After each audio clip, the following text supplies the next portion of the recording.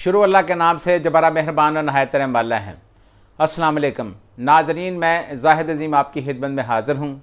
नाजरीन, आज चौधरी परवेज़ इलाही साहब ने बता दिया कि उन्होंने PTI क्यों ज्वाइन की थी।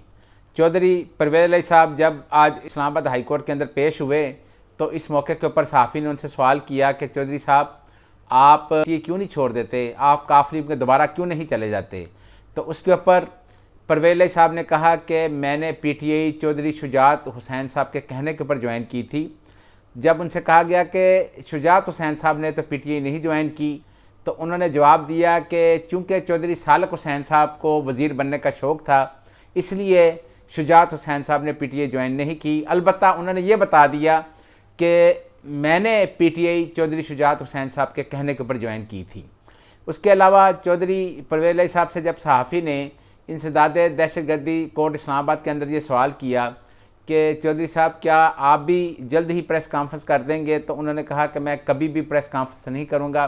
यानी उन्होंने ये भी बता दिया कि वो PTI कभी भी नहीं छोड़ेंगे। उनका ये कहना था कि मैंने PTI चौधरी शुजात हुसैन साहब के कहने के ऊपर ज्वाइन की है, लेकिन वो अब PTI कभी भी नहीं छोड़ेंगे और कभी भी प्रेस कॉन्फ्रेंस नहीं करेंगे।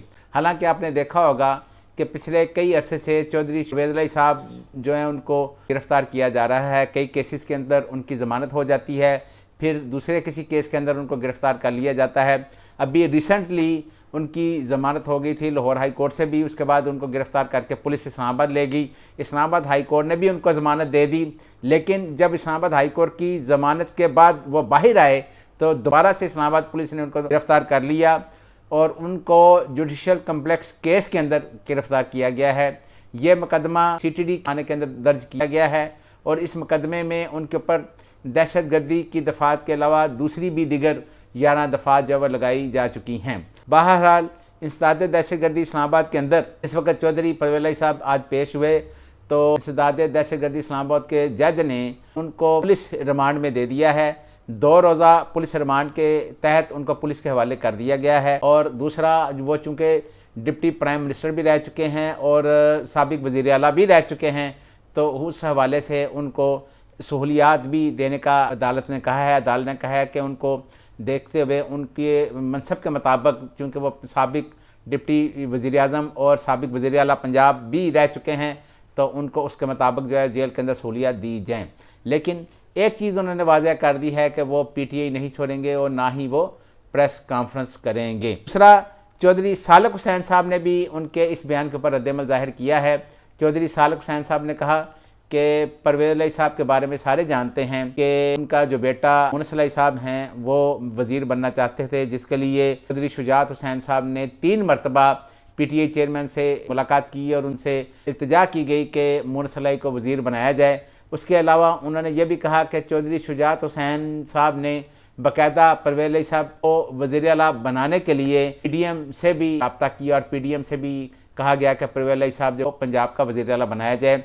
ये उस वक़्त की बात है जब PDM वफाक की हुकूमत के अंदर आ गई और उसके बाद पंजाब के अंदर जब जोर तोड़ हो रहा था, तो उस वक़्त पंजाब के अंदर परवेज़ इलाही साहब को PDM की तरफ से भी वज़ारत आला की ऑफ़र की गई थी। बहरहाल उन्होंने PDM की जो वज़ारत आला की ऑफ़र थी उसको ठुकरा दिया और वो PTI की तरफ से वज़ीर आला पंजाब बन गए। लेकिन उन्होंने चेयरमैन PTI के कहने के ऊपर बाद में पंजाब असम्बली भी तोड़ दी और अब आजकल वो बहुत ज़्यादा मुश्किल में हैं। उनके ऊपर बहुत ज़्यादा केसेस बन चुके हैं, उनको बहुत सारे ज़्यादा केसेस के अंदर ज़मानतें भी मिल चुकी हैं, लेकिन उसके बावजूद वो दूसरे किसी केस के अंदर उनको दोबारा से गिरफ़्तार कर लिया जाता है। निगरान हुकूमत का बिजली चोरों के खिलाफ क्रैकडाउन का ऐलान।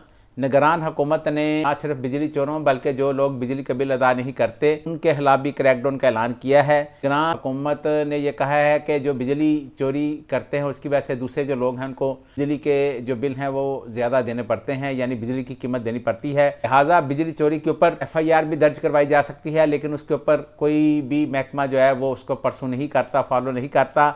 अब उसके खिलाफ सख्त एक्शन लेने के लिए कह दिया गया है और पूरे पाकिस्तान के अंदर बिजली चोरी और बिल ना देने के खिलाफ जो है वो क्रैकडाउन शुरू किया जा रहा है। आज पूरे पाकिस्तान के अंदर यौम दिफा जोश खरोश से मनाया गया। दिफा के हवाले से खुदा को कायदा अकीदत और हाजत तकसीम पेश करने के लिए वज़ीर आज़म पाकिस्तान जनाब अनवारुल हक काकड़ साहब ने कहा कि शोहदा जो है वो हमारे माथे का झूमर हैं, उन्होंने ये कहा कि उनका हमारे ऊपर कर्ज है, यानी हम उनके मकरूज़ हैं। वज़ीर आज़म ने यौम दिफा पर शहदा और जंगी हीरोज़ को हज अक़ीदत भी पेश किया, खराज तहसीन भी पेश किया। पाकिस्तान क्रिकेट टीम ने आज एशिया कप के हवाले से सुपर 4 मैच का पहला मैच बांग्लादेश के खिलाफ जीत लिया है और ये पाकिस्तान के अंदर जो क्रिकेट के शायकीन हैं उनके लिए नहायत ही खुश आइंद बात है। अगर आपको हमारी ये वीडियो पसंद आई हो तो नीचे दिए गए सब्सक्राइब के बटन को प्रेस करके अपने इस प्रोग्राम का हिस्सा बने। अल्लाह ताला हम सब का हामी और नासिर व खुदा हाफिज़।